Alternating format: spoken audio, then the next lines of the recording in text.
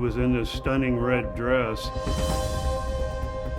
We had chemistry that struck. We became involved. Our sex life was amazing. She was a good-looking woman, but the people she dated, bad stuff was happening to them. I called her the kiss of death. It all sounds so unbelievable and outlandish, yet there's so much of it. I started to think she may be more than I can handle. I may be playing with fire. For anybody that crosses her, there's going to be a problem for that person. When I heard that gun click, I thought, this is for real.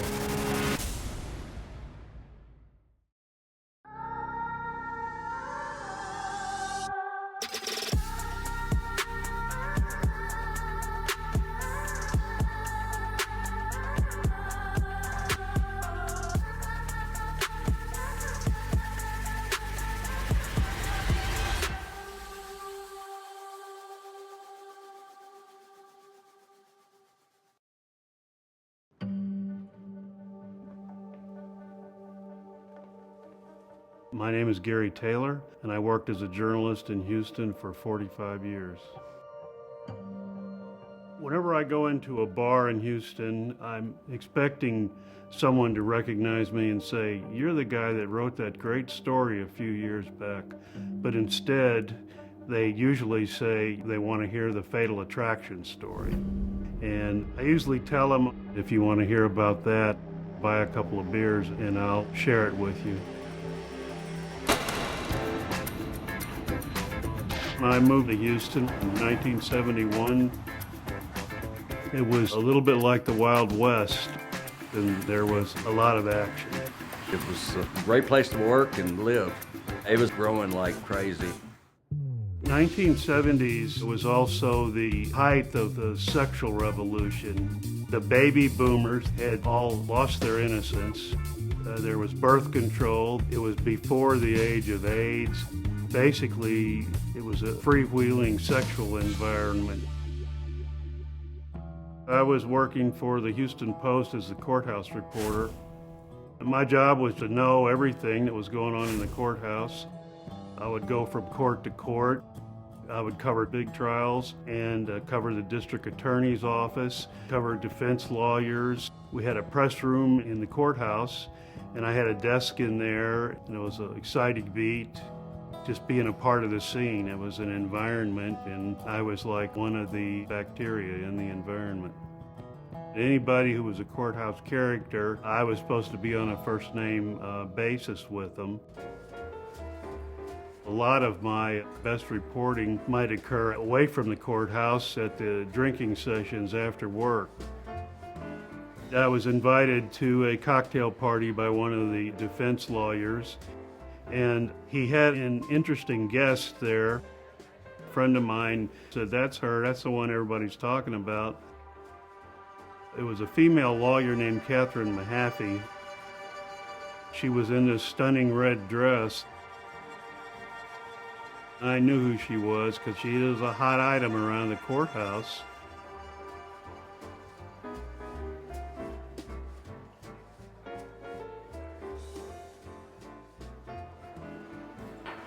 The notorious Catherine Mehaffey.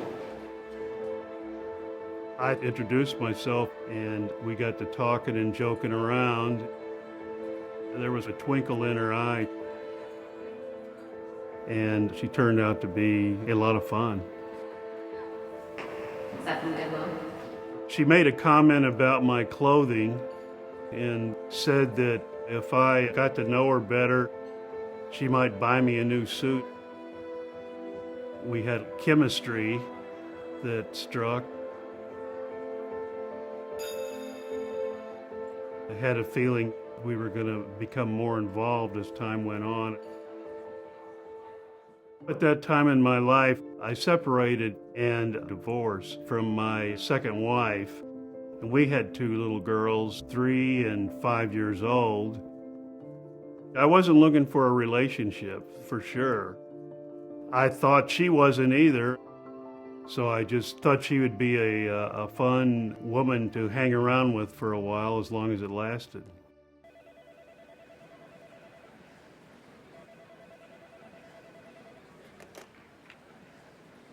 Hey, Gary.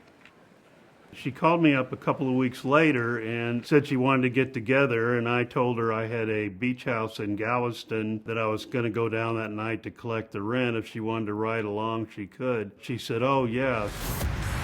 We got in the car and drove to Galveston and got better acquainted. She was intelligent, well-read, and she was just attractive both physically and intellectually. We had dinner, and I suggested we take a walk on the beach.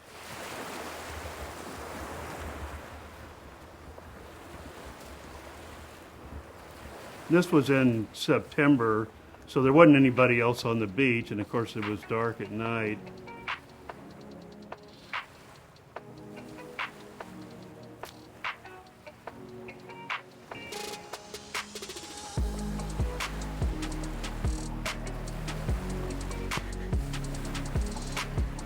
Before you know it, we were testing each other out.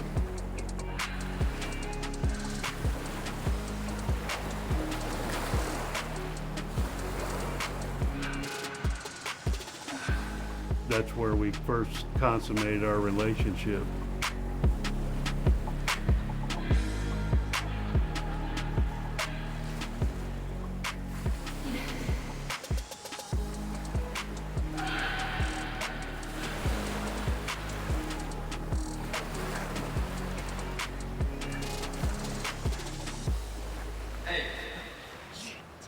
Then the cops showed up.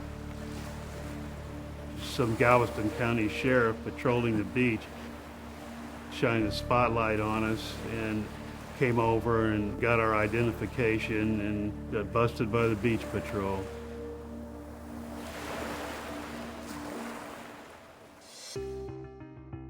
I was a senior investigator for the Harris County District Attorney's Office in the Special Crimes Bureau. I got a call from a friend of mine who's an investigator down in Galveston County. Investigator Rogers. And he asked me if I knew Gary Taylor and Catherine Mehaffey. And I said, well, yeah, I know Gary. He's a crime reporter for the Houston Post. He covers the criminal courts. So yeah, I know him very well. He said, well, they were caught having sex on the beach. He asked me what I wanted to do about the charges. And I said, man, look, that's your jurisdiction. But I said, I wouldn't want him to be charged for anything for being nude on the beach. But Catherine Mehaffey, I said, man, she's dangerous. I told my boss, the head of special crimes, and he like, oh my God. And so he calls over to the courthouse and summons Gary to the office, and we have to sit down.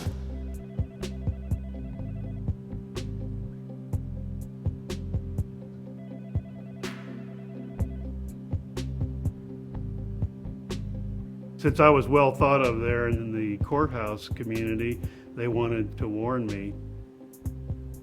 Kenny said that he'd heard I was hanging around with Catherine Mehaffey. I just want to let you know, you gotta be careful with her, okay? She was a pretty nice looking lady, but the people she dated, bad stuff was happening to them. George Tedesco was a medical doctor in Houston. I learned that George Tedesco and Catherine had begun a relationship not too long before I met her.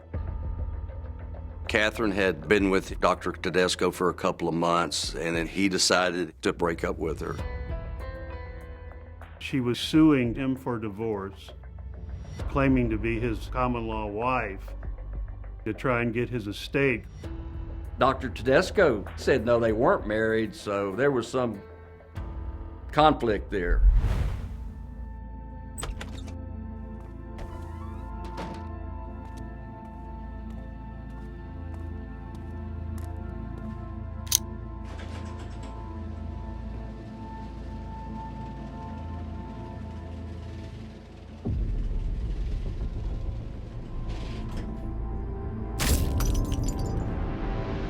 The day that he was supposed to be there for this divorce hearing, he didn't show up.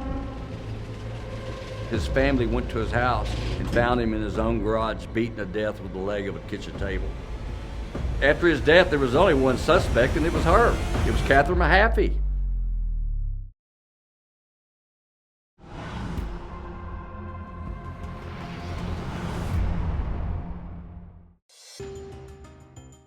George Tedesco had been beaten to death that January in his garage, and that was the case still under investigation. The district attorney's office had taken over that case, and it was one of those complex crimes because of the suspected involvement of Catherine. We asked Gary, "What are you doing?" This guy right here was killed the day of his trial. Can't prove it, but don't you know that she's a killer? And he says, "I can take care of myself." And I was really not in the mood to be lectured by this guy. I'd gotten to know her and I didn't really feel in danger. Catherine didn't look like a menace to me. She looked like fun. She was a good-looking woman, but I called her the Kiss of Death, or the Black Widow. I had two nicknames for her. She was an intriguing character to me, and that was an attraction, not a turn-on. Despite her reputation, I was going to give her a blank slate.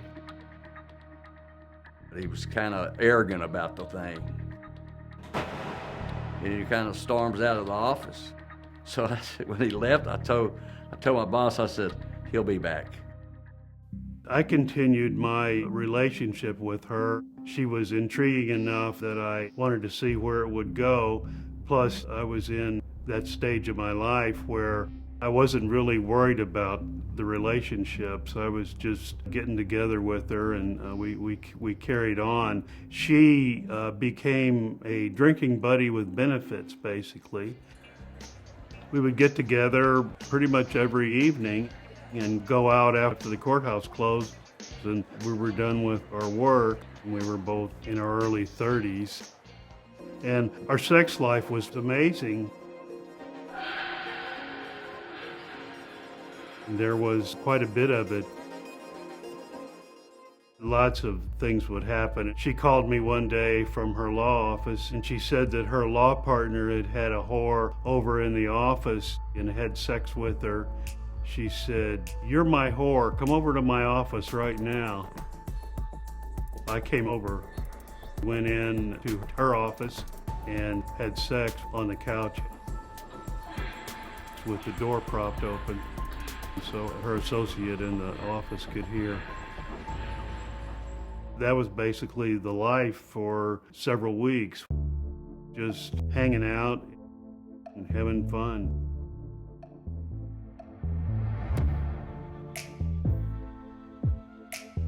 But she started talking about wanting a commitment. We had been hanging out together for only a couple of weeks, and she was already talking about a commitment. So it was a surprising thing. I thought she was just looking for a drinking buddy with benefits too. But she said she wasn't. I told her that I had just gotten out of several years of a marriage commitment, and I was just not looking for an exclusive relationship. That sort of pushed her off into a tirade about how nothing is free, and you can't just have sex with me and think that's going to be it. I didn't know how serious she was about it, but that's what she said anyway, that nothing was free. I always tried to cool her off with humor when I could. I told her, "Well, what if I just want you to be my piece of ass?" That worked. She said, "Well, as long as I'm your piece of ass." I have a lot of confidence in myself, and I thought I could break off a relationship if it got out of hand.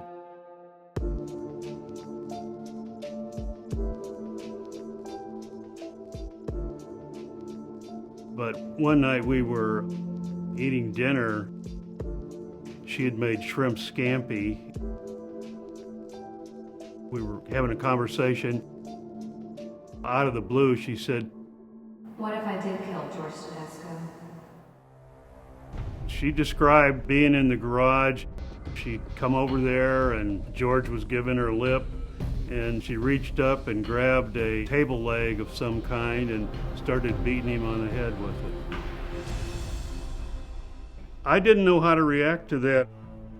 By that time, I realized that she was a storyteller, and I didn't know if she was playing with me or I didn't know what she wanted me to do about it. So I said, Did you kill George?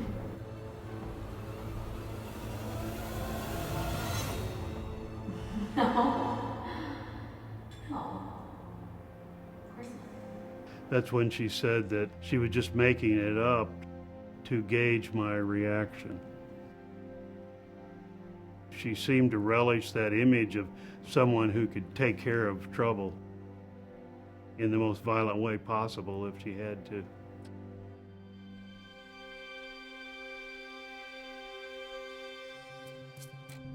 I started to worry about if it might be Tedesco playing out all over again with me.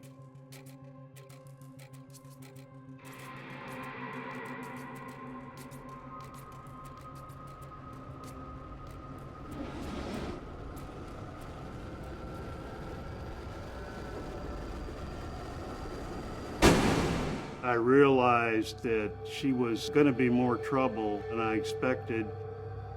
I remember waking up in her bed and seeing a pistol on a table that hadn't been there before I went to sleep.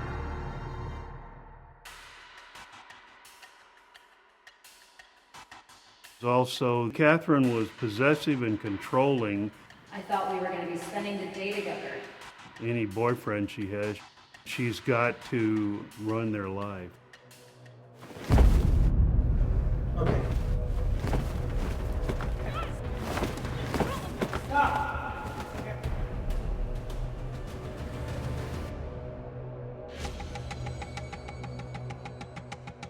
Catherine was very jealous of Gary. She had to be in control of everything. And he knew that she had several guns. So he was getting very nervous.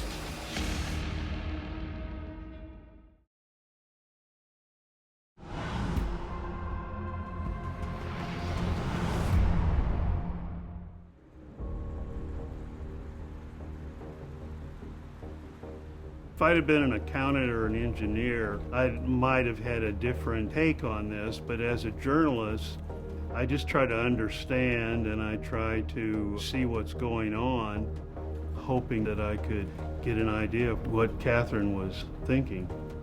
I became familiar with the name Ferris Bond, who had dated her before the George Tedesco murder in the early 70s.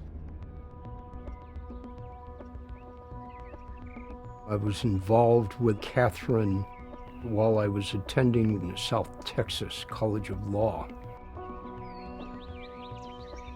When I first met Catherine, frankly, I couldn't believe my luck. She was pretty, she had a great personality, she had a great sense of humor. She very quickly appeared to be into me, which I was not used to having women that way with me. It was physically very intense. It was intense emotionally.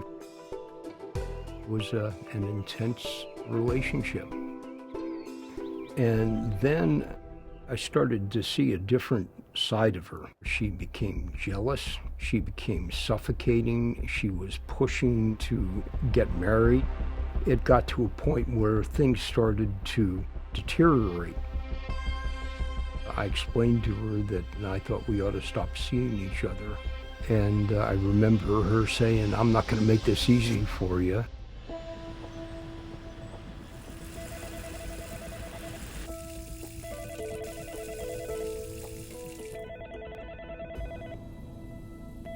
I'd get calls on my telephone.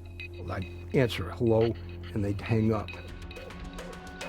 These were repeated calls, and I suspect it was her calling to see if I was still in my apartment.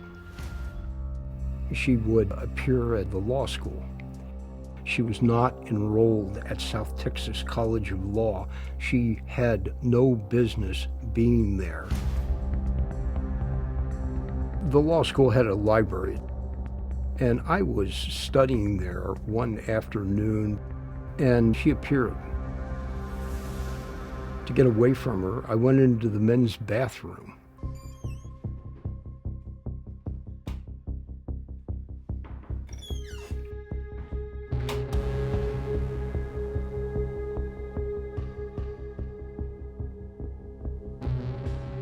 She started opening the door and looking into the men's bathroom.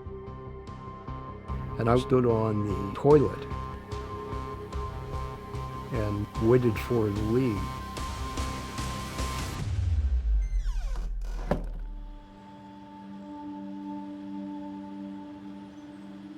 I moved to an apartment that was a distance away from where she'd been living. And she found out I'd moved there, and she moved in and rented an apartment there herself.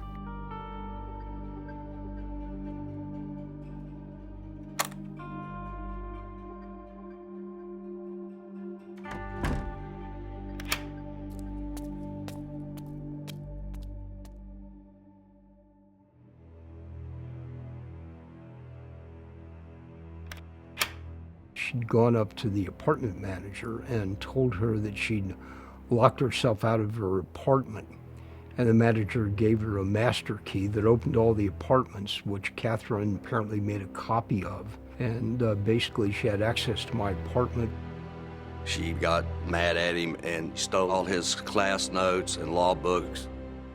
What she was trying to do is get me to make up with her, holding my law books hostage, and if I don't do what she wants to do, it's a way for her to get even with me.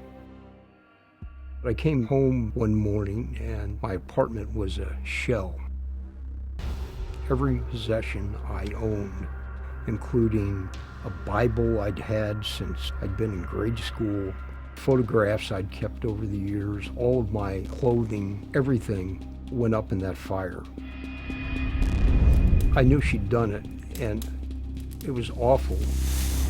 On the other hand, I thought, she's finally done something she's going to get caught for, and, she'll be out of my life.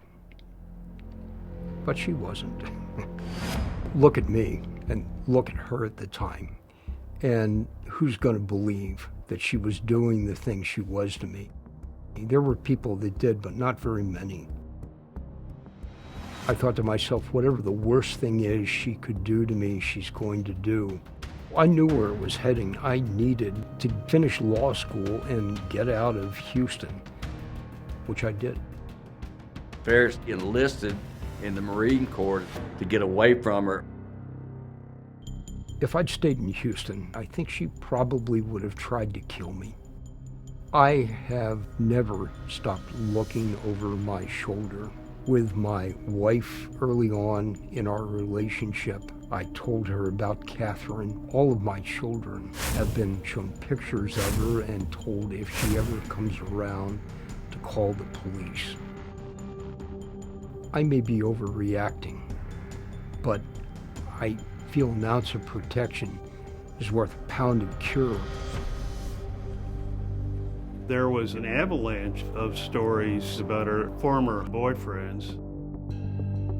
At first, it was just one person telling you she's trouble, and then you hear about this and you hear about that. Of course, by then it's too late. I was hoping that she would get off on somebody else and I could just get out of her life that way, or eventually I would have to break it off.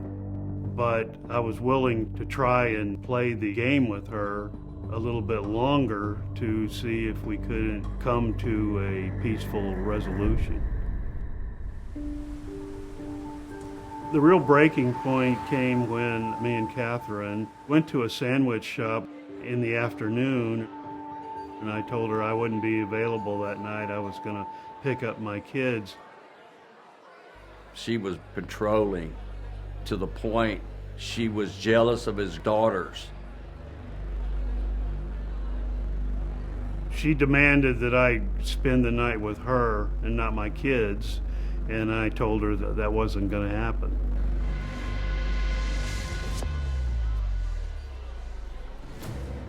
she just went hysterical.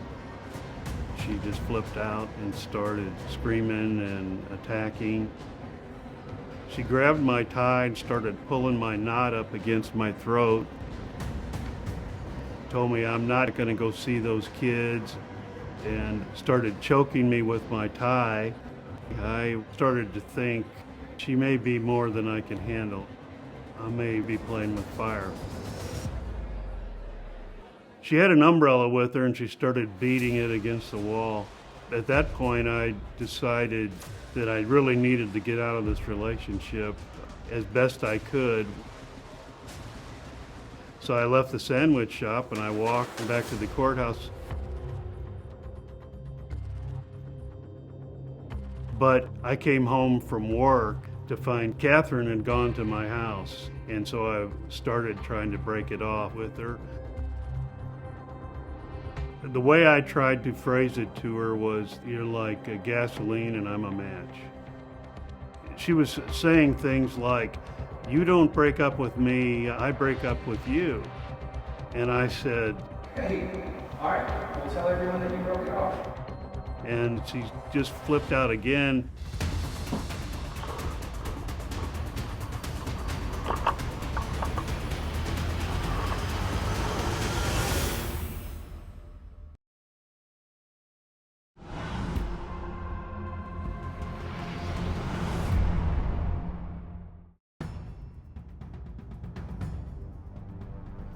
Catherine was in a rage. She picked up a stereo and came at me. I wanted to protect myself, so I left the house, ran outside, and actually the cops came to the house, said there was a domestic disturbance. I was happy to see the police. I thought maybe they would make her leave. They said somebody was going to jail unless we came to our own truce. So she agreed to leave, and the cops left. That night, she got me even more concerned that I didn't want anything to do with this relationship anymore. I realized that our relationship was headed for a violent ending.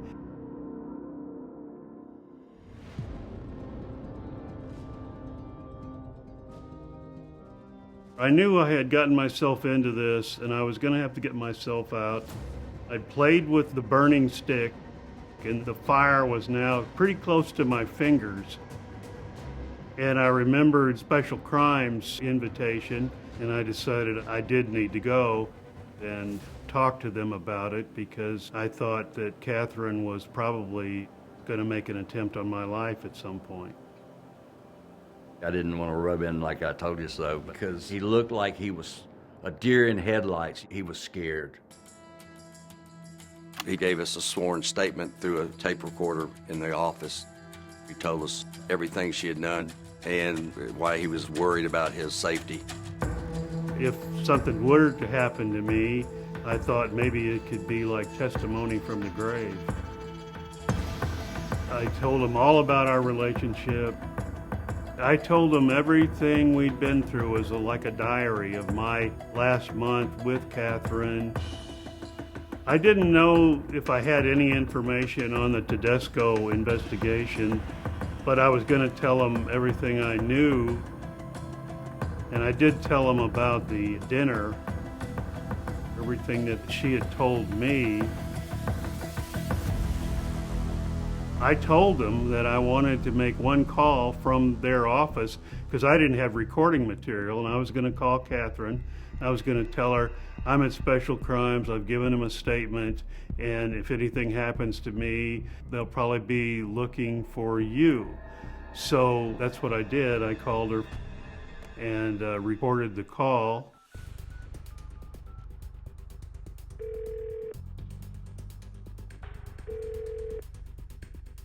I was trying to break up with her on the record. I was being as firm as I could.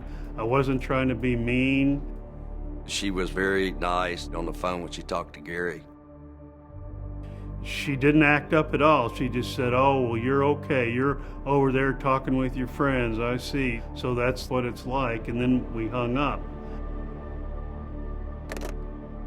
She was very diplomatic, and I thought, well, maybe she's just going to go away.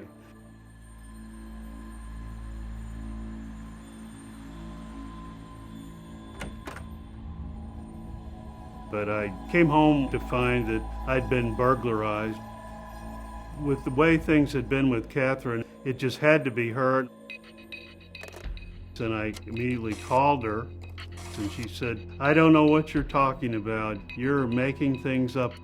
But eventually we got to a point where Catherine wouldn't admit that she'd done it, but she told me that she could get my stuff back. She would play with her defense attorney facade and say, "Oh, I know criminals. I can get your stolen property back." And she wanted me to come over there. So I got in the car and drove to her place. When I got to her place, Catherine wanted to pat me down to make sure I wasn't wearing a wire, because she was really concerned about the Tedesco investigation and my statement to Special Crimes. After that, Catherine said she was calling the people who had my stuff, and we'd have to wait for them to bring it by. Thank you. We ended up spending several hours there waiting, and Catherine wanted to talk about things like, did I ever really love her? I told her in some way, I guess I did, but I tried to reassure her again. It didn't make any sense to keep walking down that road. And it went on. We made a couple of drinks. She was drinking Campari and soda at the time, and I was drinking scotch, and we sat there for a while.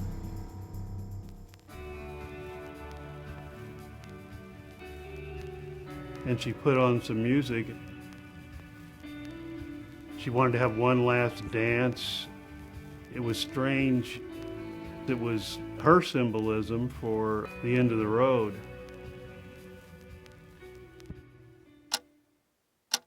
After several hours, I finally realized that nobody was coming, and I was just sitting there wasting my time.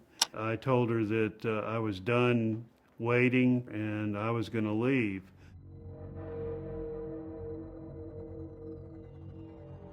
As I started to leave, she said, "Wait a minute, I have your stuff, it's in my closet."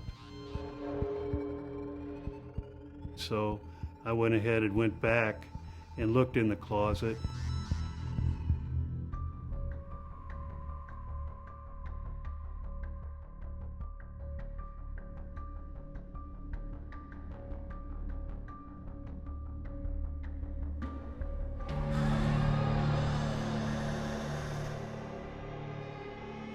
There was nothing in there. The closet was empty.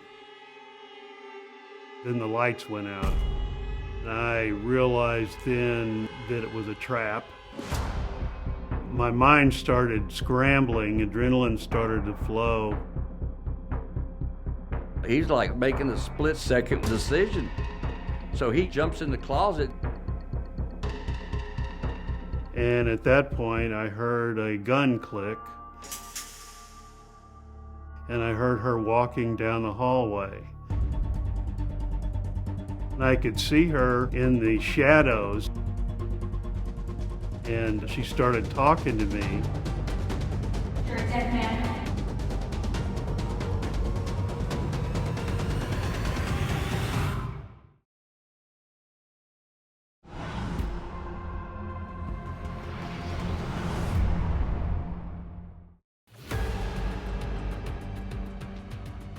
I had a view of where Catherine was standing with the gun in her hand, and it was an eerie setting. Literally, a chill ran up my spine. She was just going on about how terrible I was, and I was thinking, I need to figure out a way out of this. Can I make a break for the front door?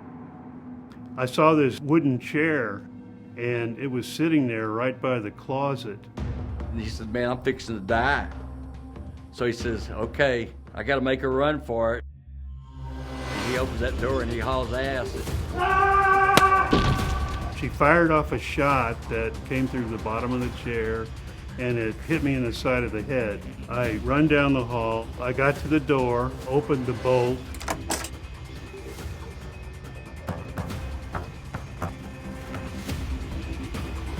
About the time I got the door open, she hit me in the back.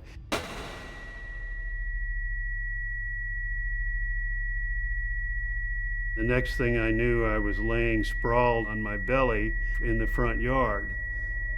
And I thought, damn, she shot me. She really did shoot me. There wasn't really any pain. And I thought, am I paralyzed? But I felt my fingers move and I felt my legs move. I held my head up and looked around, and I saw her at the corner of my eye standing on the porch with the gun in her hand. And I thought, I'm not paralyzed, but I'm just gonna get up and run.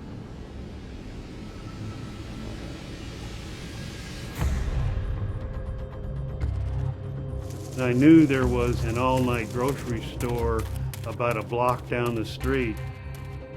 So I ran down the street and went to the grocery store and said, call an ambulance, I've been shot. From there, an ambulance came and I was taken to the hospital. When I got to the hospital, the ER doctor kept saying he didn't know why I was alive. The bullet missed his heart by that much. Millimeters. My head wound was just a graze. There were some stitches in my head, but it's incredible that I lived or wasn't paralyzed.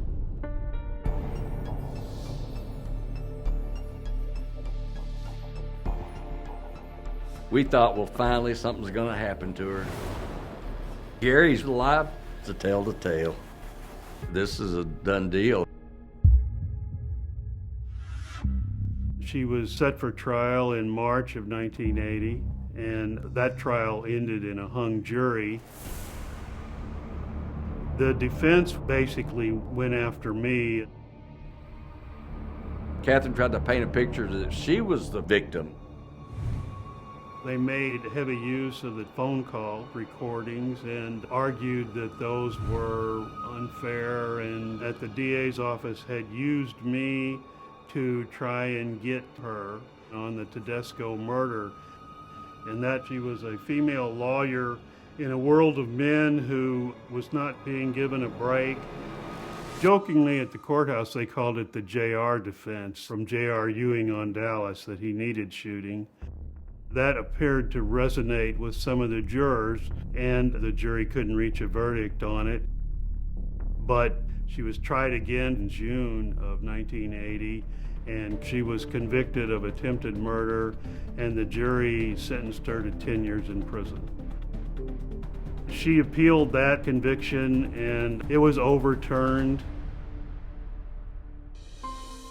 We were going to have a third trial, and I told the DA's office that if she would plead to a felony, I was satisfied with that, because it was worth it to have her come into court and say she was guilty. And so that's what happened. She pleaded guilty to aggravated assault.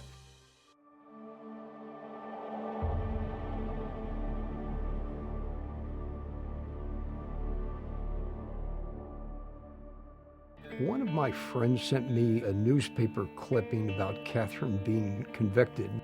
You know, I read about Gary, and I found out what his number was.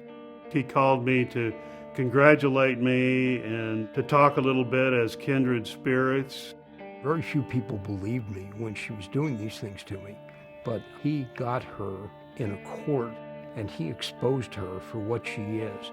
And for that, he's got my admiration. I joked that we should make T-shirts identifying us as Mehaffey survivors.